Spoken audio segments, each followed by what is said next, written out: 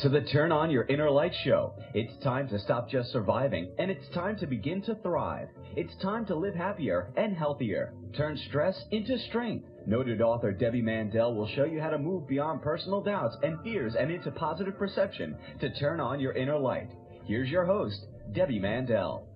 Greetings, everyone, and welcome to my show. Our guest expert is Margaret Webb Pressler, an award-winning consumer and business reporter for the Washington Post for over 20 years. She's a contributor to the Health and Science section and is the author of Cheat the Clock. Do you really want to act your age? Welcome, Margaret. Thank you for having me, Debbie. Now, your husband was the test case here. I mean, this has been observational, as you wrote in the book, and a trigger in your gathering of all the scientific research. I want to ask you something, Margaret. Are you the reason that your husband is young? Are you keeping him young? You know, I used to always say that. It's so funny you said that. I am 17 years younger than my husband. My husband is 64, and I have often thought that maybe it's his, beautiful young wife who's keeping him young. But it is the way he is aging is so remarkable. It simply could not just be my youthful exuberance. There has to be something else going on there. So do you think it could be genetic? Because some of us are predisposed to longevity and good skin and reasonable health if we don't abuse it too much or live near a 3-mile island. Or is it his lifestyle? Or is it both? I'm really glad you brought that up because so many people assume, as I did for many years, that my husband was aging well because of his genetics. Whatever that lucky cocktail of genetics is, they haven't identified what makes, somebody's genetics better than another in terms of aging. But really what the science says now, and especially later in life, that genetics only contributes about 25 to 30% of the way you age. And I will make an exception to that rule, and that is there are some people who have, who are so-called super agers, who do have a clear genetic component that allows them to live to a very advanced age in good health. And you see that, I'm sure you know this, Debbie, and then your listeners, you see it in families sometimes, the old man down the street who has 3 or 4 brothers and sisters, and they're all in their 90s, and they're all healthy. And so there are researchers who are studying super agers as having some certain mix of genetics. They don't know what it is yet. They've identified a few genes that some of these people have in common. But by and large, across the majority of the population, and I mean the vast majority of the population, it is, especially as you get older, it is increasingly about what you do.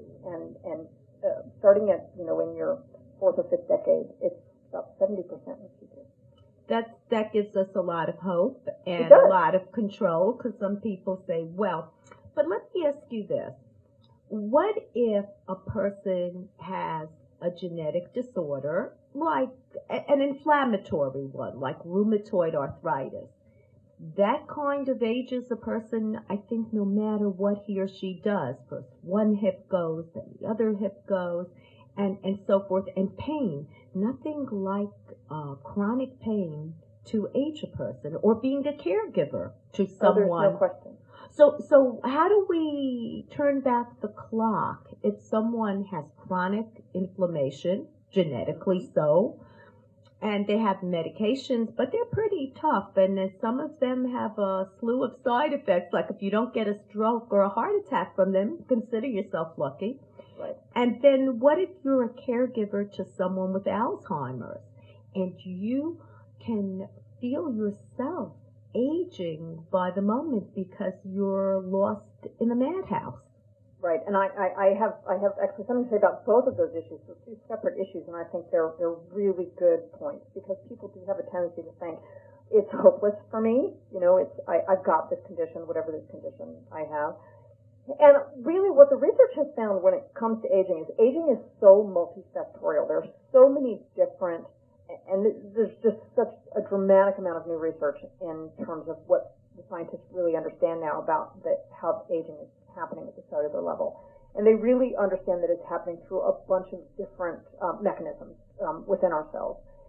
So while there certainly are people who are coping with all kinds of difficult physical conditions, diseases, and whatnot, and I don't want to make light of that and make it look like, anybody can just, cheat the clock, turn it back. There are ways that really pretty much anybody can actually have an effect on the way they're going to age within the parameters of the deck of cards, hand of cards they've been dealt. And really that's a good way to look at it in terms of genetics versus environment versus what you can do is your genetics, whether it's your inflammatory disease or whatever, is the hand you've been dealt. But you still have to play that game. You still have to play the cards right to stay in the game as long as possible and play as well as you can. And there are so many things that people can do that may not seem like they could possibly have an impact, especially because so many people end up, especially as they get older, they end up in the care of a doctor. They're taking perhaps one or more medications or may have some sort of chronic disease. But there are many scientific studies looking at various people with various kinds of conditions and how certain factors that are known to help minimize aging actually help them too. And whether it's cancer or inflammatory disease, things as basic as nutrition. If you optimize your nutrition, if you optimize the amount you exercise, if you optimize your sleep, you really are giving your body the best defense in terms of not only fighting your condition that you have, but also in terms of slowing aging as you go forward from that point. So it's really about doing the best you can with what you've got, because isn't that what we all want to do, right? I mean, the biggest impediment to that, because it's also logical and so old school, eat right, exercise, reduce your stress. Everybody has stress, don't let it get to you. I think the biggest impediment is perception, is attitude. And I think that's what we need to target is people. I think the way I just thought to introduce you, do you really want to act your age? And I think that's playfulness, right? Yeah, absolutely. And it also really is about your perception, and this really is a fundamental tenet in my book, which is that, and I think it's a very important point about perception, which is that people feel somewhat powerless to affect some of these things, especially if they have some sort of chronic condition. And really I don't want to rush this powerless point, and I don't want to make you feel powerless, but we're going to commercial break, and we will return with Margaret Webb Pressler, author of Cheat the Clock.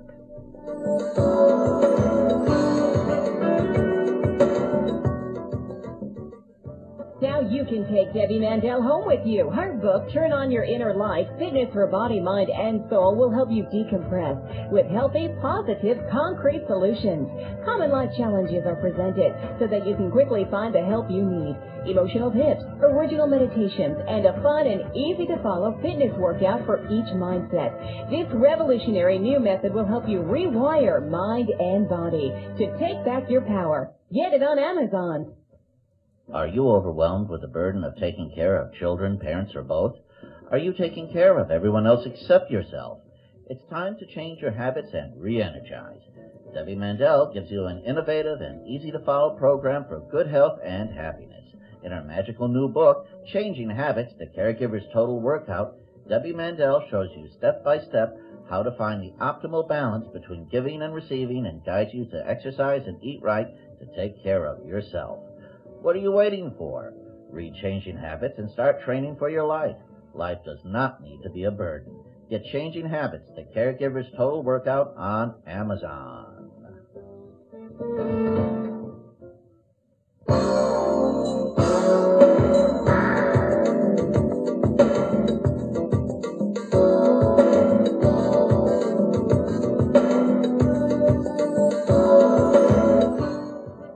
Listening to the Turn On Your Inner Light show.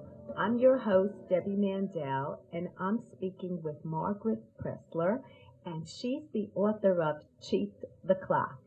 So, Miss Youth Enhancing, I'm not anti-aging, mind you.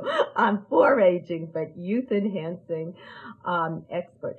We were cut off by the commercial, and I really want to hear about how to target the mindset that could be an impediment. I am a big believer that the best way to change your perception about how you can take control of your health, whatever your fundamental condition may be, an underlying condition may be, is through understanding, through information and understanding what's actually happening in your body. It's very hard back in high school we learned a lot about how our bodies worked and how our cells worked, and then we never heard anything else about it, until now. And I make a really concerted effort in my book to help educate people without sort of overwhelming them or having eyes glazed over about how the aging process actually works. And when you understand what's actually happening inside yourself and how the habits that you and the lifestyle that you lead, the habits that you have, affect those processes in yourself, all of which are things that science really has come to a much greater understanding of just in the last few years, it makes you feel empowered. Because one of the things it does, Debbie, and this is so key, is it makes you realize that small steps make a difference.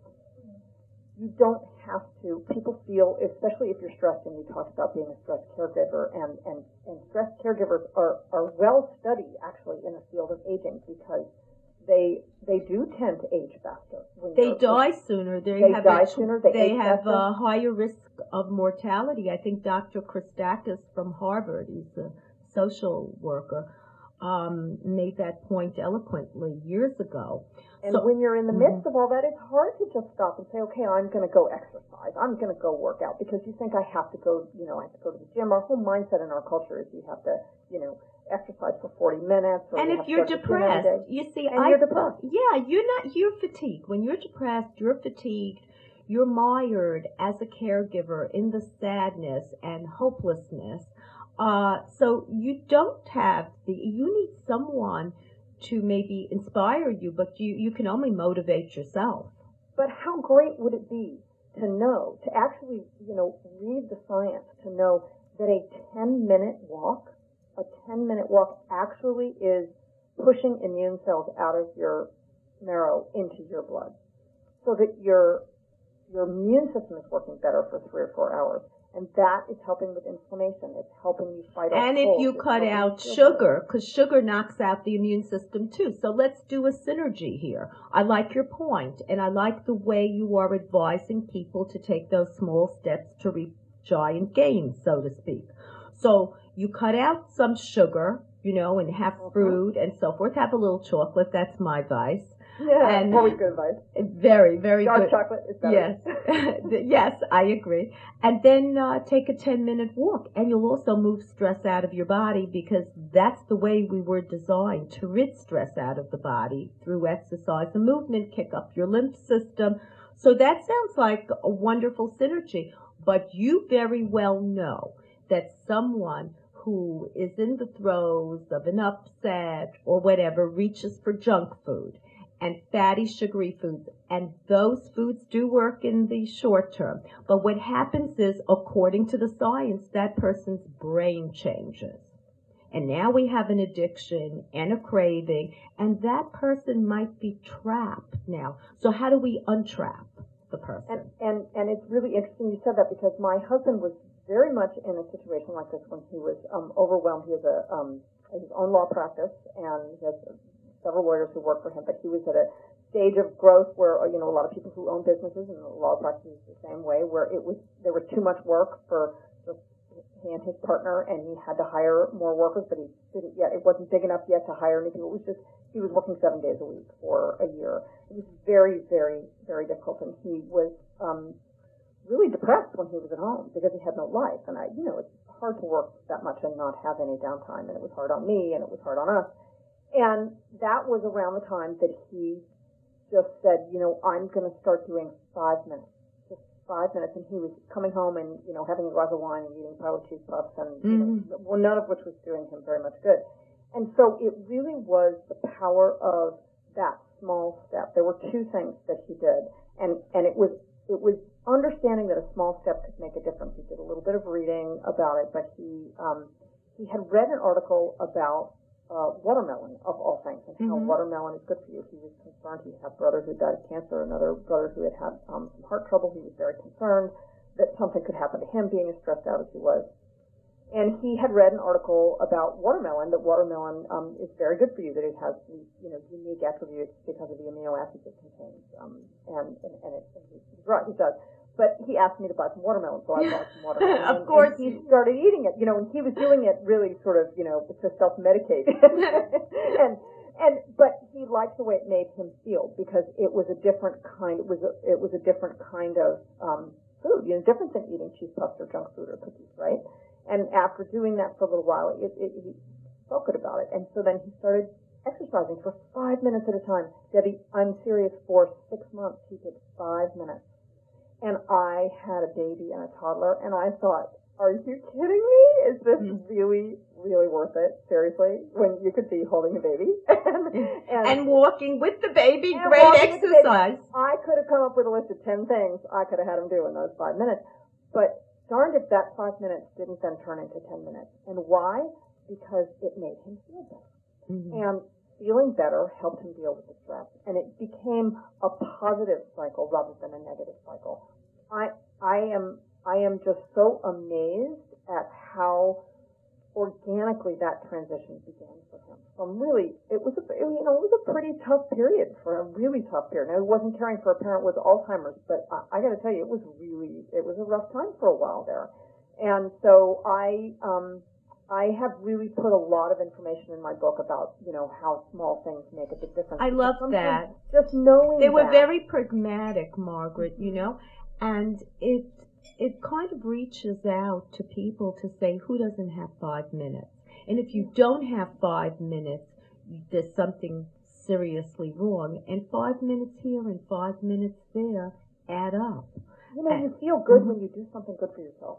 You do. It's a natural human You feel emotion. wonderful. And the awareness that you're suggesting, just helicopter over yourself. But we're going to helicopter to commercial break, and we will return with Margaret Pressler, author of Cheat the Clock.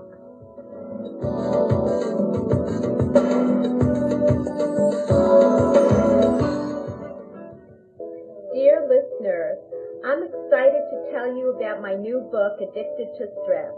This is the message you need to hear. Are you addicted to stress?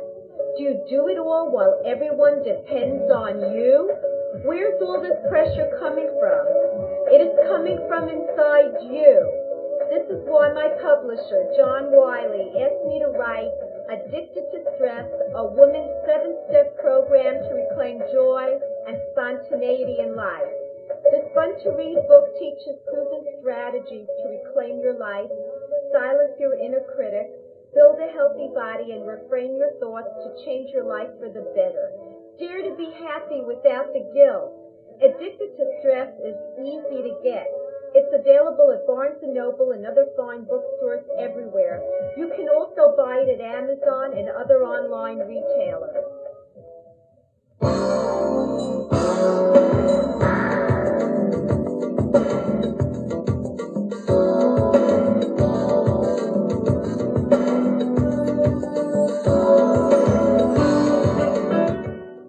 We're back with Margaret Pressler, author of Cheat the Clock.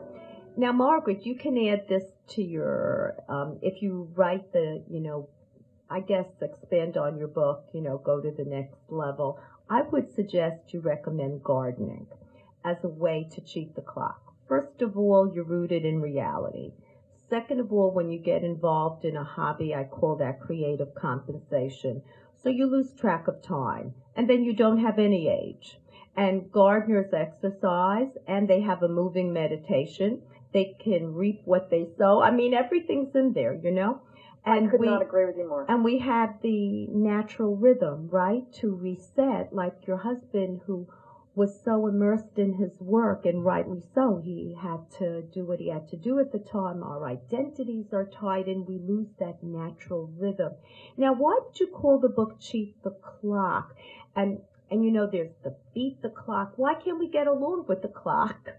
Well, it's funny because there is a whole sort of emerging science of perception of age and whether you how in fact there was just very recently a study done about people who talk old, older people who talk about being old all the time actually tend to have at more advanced age, in terms of their aging profile. And I understand that it's very important to think differently about your age if you get old. I want the book to really help people understand that they have more control over the way they're going to age. And once you feel like you have more control, it doesn't feel as negative to you. And having a better perception about age and about the actual clock, if you will, I kind of think of I kind of think of myself as timeless. Like when people ask me how old I am, I feel like I have to subtract. Okay, 2013, I was born in 51. How old am I? Because I forget. I said, wow, am I that old? I don't feel that old. I feel that's great. I mean, it's that's a real testament. That's a lot of gardening work, right? And I exercise and I eat right and watch myself in the sun. But I don't take myself too seriously. I love creativity. I love to be with different people, learn from older women, younger women. I feel like I'm an old soul growing backwards. I'm getting younger. Well, that's great, and you raise another really interesting point, and I'm glad we're sort of migrating over to these areas, because I do deal a lot with the book with exercise and nutrition and so on, but there's fully half the book is other factors that influence aging, and you have just hit on several of them. One of the most interesting studies that I came across in doing my research was research on groups of older individuals who have all agreed to be studied in terms of their personality profile and their medical history and whatnot, and then also donate their brains to science to these researchers once they die. I'm glad you said once they die. Once they die, right. So interestingly, this researcher who's been spearheading this effort found his autopsies now has looked at 1,000 brains through autopsies, and has found that they all show signs of pathology, all of them. Mm-hmm. However, not all of the individuals showed signs of any sort of dementia or decline before they died. They did the nun study. There was Snowden that found that the most creative or out there nuns, even though they had disease pathology, they didn't have Alzheimer's. There have been various studies that have shown different pieces of this. This one particular researcher found that the key difference was the number of people who were in your social circle. Mm. So human connection, having a sense of connectedness and some people you can rely on, people you can talk to, is so fundamental to the human condition, human aging. I mean, we know it fundamentally, right? I mean, our time together, our connection is so good, but our time together has flown. I urge people to cheat the clock, learn to get along with it, don't act your age, be natural, have fun, and thank you, Margaret, for reminding us, because there's biological age and there's chronological age, right, lady? Absolutely. Okay. Thank you so much for having me. Affirmation of the week. Love your enemies in case your friends turn out to be jerks. And now for the latest medical trends. Those who sat for more than 4 hours per day were significantly more likely to report having a chronic disease such as cancer, diabetes, heart disease, and high blood pressure. The moral of the story is get up and move. A new study from Wake Forest Baptist Medical Center shows that an increase in fat throughout the thigh is predictive of mobility loss in otherwise healthy older adults. Women appear to have a higher risk of implant failure than men following total hip replacement after considering patient, surgery, surgeon, volume, and implant-specific risk factors. This is according to the Journal of the American Medical Association. People with a more resilient personality profile are more likely to have greater aerobic capacity, which may contribute to better health and longevity. Past studies have demonstrated that personality traits and cardiorespiratory fitness in older adults are reliable predictors of overall health and, of course, longevity. Playing a musical instrument from a young age appears to create new pathways in the brain that process written words and letters and may help children with reading disorders such as dyslexia, says a study from the journal Neuropsychologia. Musical training may be helpful for children struggling with learning how to read. This is something for parents to consider because the research seems to be there. Now, a lack of sleep among patients in the ICU can cause delirium. Who knew? This is an altered mental state that could delay their recovery and lead to short-term confusion and memory problems. So a team of doctors in the intensive care unit at Johns Hopkins have implemented a project to reduce nighttime noise, light, and staff interruptions and switching certain medications. And they were able to improve patient perceptions about the quality of their sleep. Who has not been in a hospital and heard the clatter and the clacking and the sound? I mean, it's a wonder anyone can sleep. And patients who have spinal stenosis, if they get an epidural steroid injection, could lead to worse outcomes. Good to know. Even if they have surgery, they don't. Stay away from it. Keep it natural. Well, we come to the close of another show. I have an educational website, turnonyourinnerlight.com, totally free.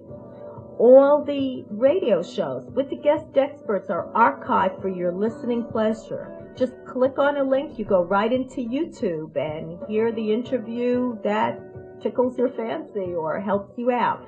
Subscribe to my free newsletter from turnonyourinnerlight.com and you will get a fresh new article on stress management, all the health tips fully delineated, and there's so many I just don't have the time to read them on the show.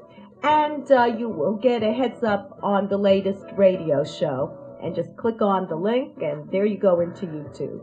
Have a wonderful week, and see you on the radio.